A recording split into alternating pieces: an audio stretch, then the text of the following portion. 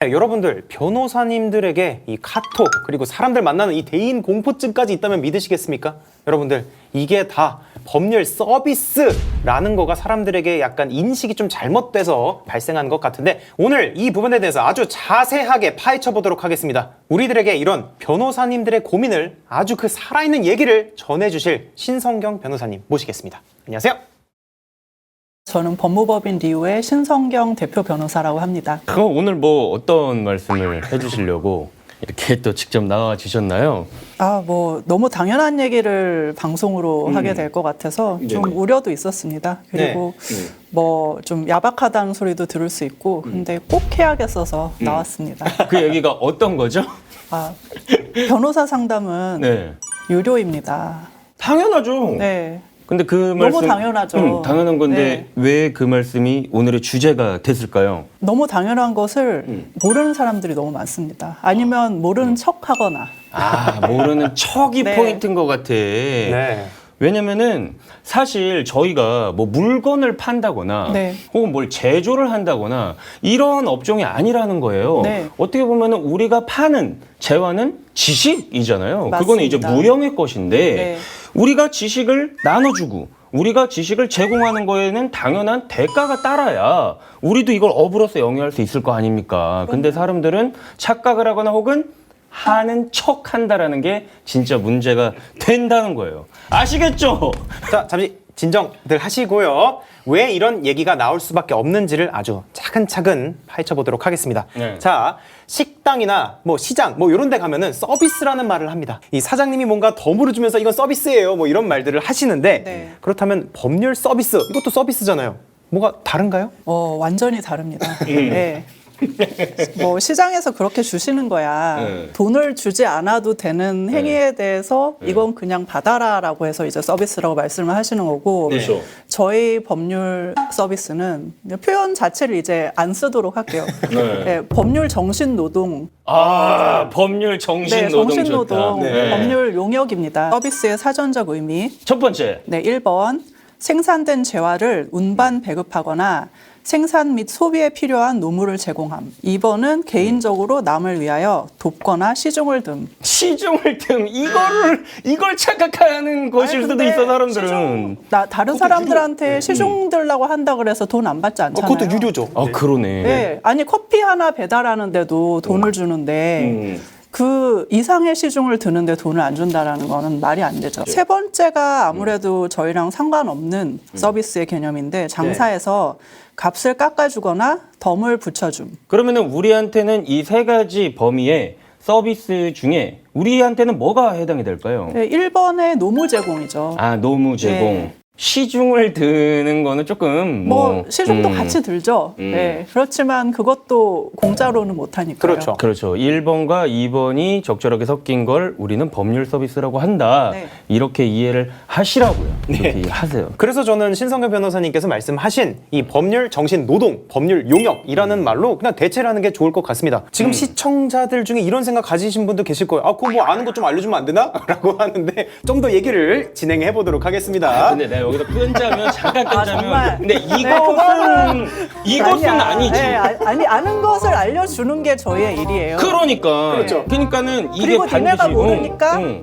돈을 받는 거예요. 그렇죠. 그렇지. 네. 안 그러면 우리가 왜 공부를 이렇게 자, 그러면 신성경 변호사님, 네. 이제 직업상의 이유로 이제 주변에서 온갖 일들이 생길 때마다 지인들이 연락을 많이 할 것 같은데 어떤가요? 어느 정도로 많이 연락이 오나요? 그래도 요즘에는 제가 많이 이런 교육을 해서 예전만큼은 오진 않습니다. 그러니까 지인분들한테 네. 그럼에도 불구하고 아무래도 뭐 20년 동안 일을 하다 보니까 알게 된 사람들도 많고 그런 걸 다 걸을 수가 없다 보니까 물어보시는 분들이 생겨요. 네, 그것도 불시에.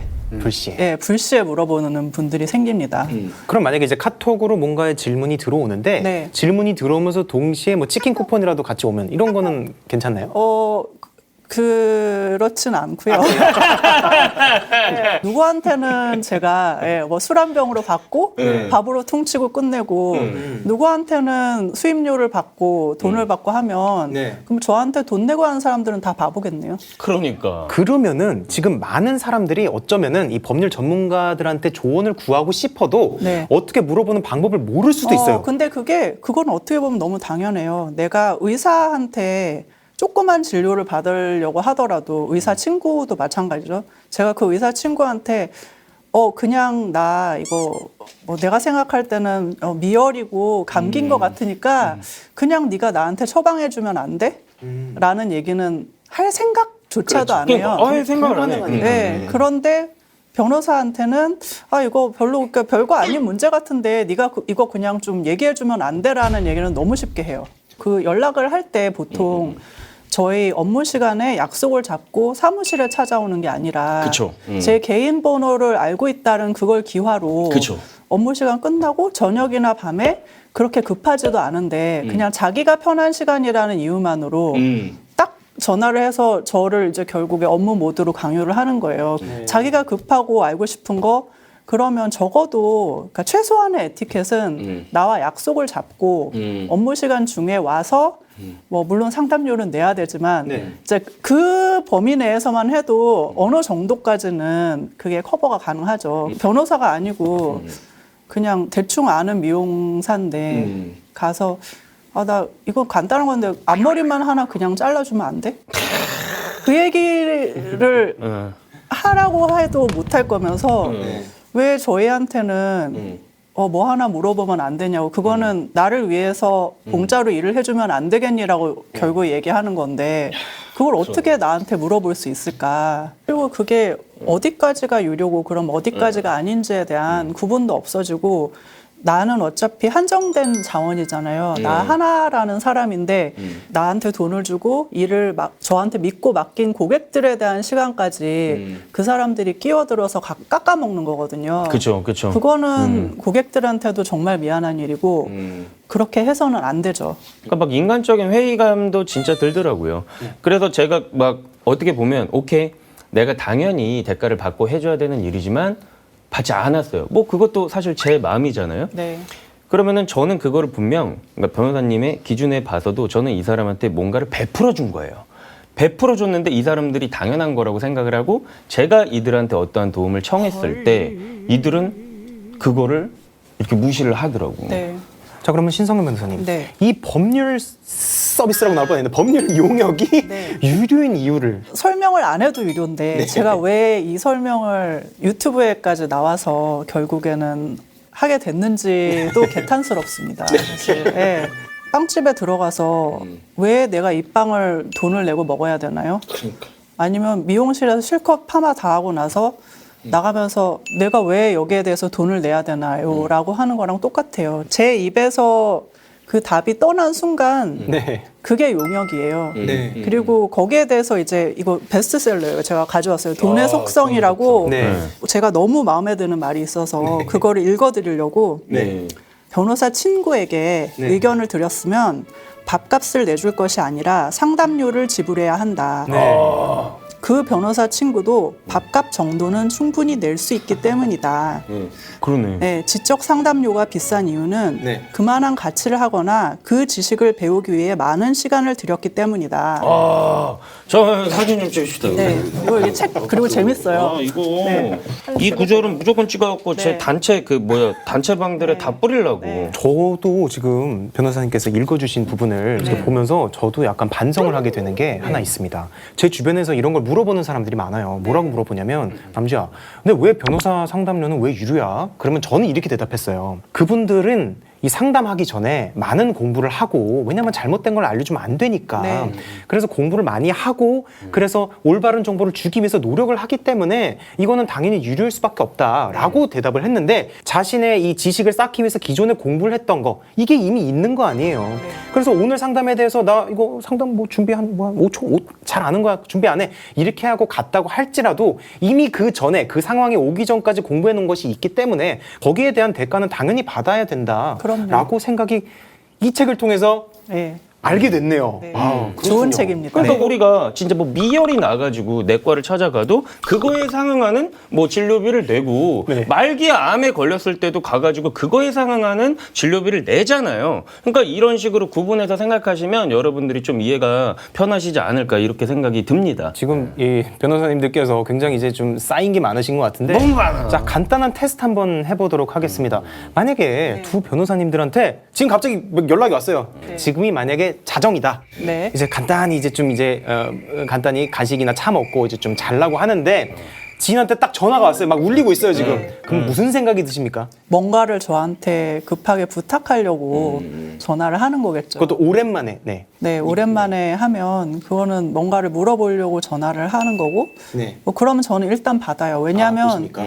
진짜 경찰서에 있을 수도 있으니까 그쵸, 네. 그러한 상황에서는 필요하죠. 그러니까 일단은 받는데 그런 경우여서 전화한 사람은 없죠. 아까 말씀드렸듯이 내가 그냥 궁금함을 못 참아서 내일 아침까지도 못 참고 업무 시간까지 못 참아가지고 전화를 하는 거지 경찰서에 있으면서 전화하는 사람은 없죠. 또는 이런 경우도 있어요. 저도 이제 그 질문 전화들을 많이 받는데 질문 전화도 올 때 보면은 유형들이 몇 가지 있더라고요. 근데 전화해가지고는 딱 받으면 잠시만, 나 지금 열받아서 그런데 갑자기 이제 자기의 상황을 막 말하면서 자기가 너무 열받아서 참을 수가 없어서 이제 전화를 한다. 라고 하면서 너 뭐 아는 변호사 중에 하면서 막 이렇게 뭐 이렇게 물어보는 거죠. 그래서 저는 일단은 안 보는 식으로 바꿔버렸습니다. 그래서 저의 전화는 언제나 방해 금지 모드고요. 카톡이 오면 언제나 읽지 않아요. 또는 이제 읽더라도 그냥 읽고 씹어요. 읽고 씹는 게 계속 반복되다 보면은 대부분 이제 사람들이 질문을 할 때는 장문으로 보내잖아요. 엄청나게. 안녕 남자야 그동안 잘 지냈어? 하면서 미리 써놓은 듯한 그 컨트롤 C, 컨트롤 V 된 게 딱 와요. 읽음 상태를 해놓지만 답은 안 해요. 읽고 씹어요. 그럼 또 보내요. 이거 읽었어? 그럼 또 읽고 씹어요. 근데 이게 계속 반복된 게 제가 한 1년 반 넘게 계속 이렇게 하다 보니까 네. 주변 사람들이 이제 적응을 하더라고요. 아, 얘 그냥 익십하는 애야. 그러니까 저는 그렇게 이제 탈출을 하긴 했는데 그리고 약간 이런 게 있어요. 저는 약간 공포증 같은 게 있어요. 그러니까 저는 제가 심적으로 굉장히 건강하고 진짜 정신적으로 정서적으로도 굉장히 건강한 사람인 줄 알았어요. 네. 막 그런데 이게 진짜 시도 때도 없이 울리니까 진짜 막 단체방 공포증 이런 거부터 시작해가지고 사람들한테 이게 동시다발적으로 너무 많이 연락이 오니까 잘 때 이게 울리면은 약간 뭐라고 해야 되지? 확 기분이 디프레스 되면서 짜증나고 이렇게 막 울분 같은 게 이렇게 나와. 진짜로. 자주 하는 말 중에 하나가 물어볼 사람이 너밖에 없어서라고 얘기를 하는데 물어볼 사람이 왜 저밖에 없어요? 그치. 세상에 널린 게 변호사예요. 그냥 치면 되잖아. 변호사는 너무 많아요. 이제 점점 더 많아지고 있고 세상에 변호사가 너무 많고 갈 데도 많은데 물어볼 사람이 저밖에 없다라는 얘기는 공짜로 물어볼 사람이 너밖에 없어서라는 얘기예요. 그거 말고는 정말 진짜 어디나 문 열고 들어가면 상담할 수 있고 그게 유료라는 이유로 그 돈 지출하기 싫어서 물어볼 사람이 너밖에 없어서라고 온다라는 거는 저랑 지금 친하다는 건가 나를 무시하는 건가 나에 대해서 과연 어떤 생각을 하는 건가 아니면 저 사람이 역시 서비스, 정신 노동에 대해서 생각하는 게 결국에 저 정도였나라고 이제 여러 생각을 하게 되죠. 저는 사실 제가 여기 이 자리에 와서 이렇게 힐링을 받을 거라고는 사실 뭐 기대 안 하고 올 거 아닙니까? 저도 자, 힐링 더 되시게 놔두세요. 옆에 놔두세요. 이거를 보시는 다른 변호사분들도 마찬가지로 힐링이 많이 되실 것 같아. 물론 이제 변호사가 아닌 분들이 보시고 또 이제 인식 개선에 도움이 될 수 있겠지만 변호사분들도 되게 많이 극공감을 격공감이라고 하나 요즘엔 그걸 하실 것 같아요. 네. 진짜 감사합니다. 근데 이거는 변호사님들만을 위한 그런 내용은 아니라고 생각을 해요. 왜냐면은 변호사들의 법률 용역을 얻으려면 법률 용역을 얻으려는 사람도 저 내가 상담을 받아야 되는 저 변호사는 어떤 생각을 가지고 있나라는 거를 좀 알아두면은 좀 좋기 때문에 그리고 그렇게 예의 바르게 접근을 해주시면 저희는 어떻게든 더 해드리고 싶죠. 맞아. 네, 그런 마음이 생기거든요. 저 사람은 정당하게 나의 노동에 대한 대가를 지불하고 나를 이렇게 찾는 사람인데 어떻게 해서든 최선을 다하고 싶은 마음이 생기죠. 그렇죠. 없는 마음까지 더해가지고 정말 네. 최선을 다해 주실 것 같네요. 여태까지 했던 것 중에 제일 좋은 콘텐츠가 오늘 나온 게 아닌가 이런 생각이 듭니다. 저는 개인적으로는요. 오늘도 이렇게 강성신 변호사님과 함께 그리고 신성경 변호사님과 함께 법률 서비스는 왜 유료인가? 또 실수했네요. 법률 용역은 왜 유료인가에 대해서 한번 자세히 알아봤습니다. 오늘도 끝까지 시청해 주셔서 정말 감사드립니다.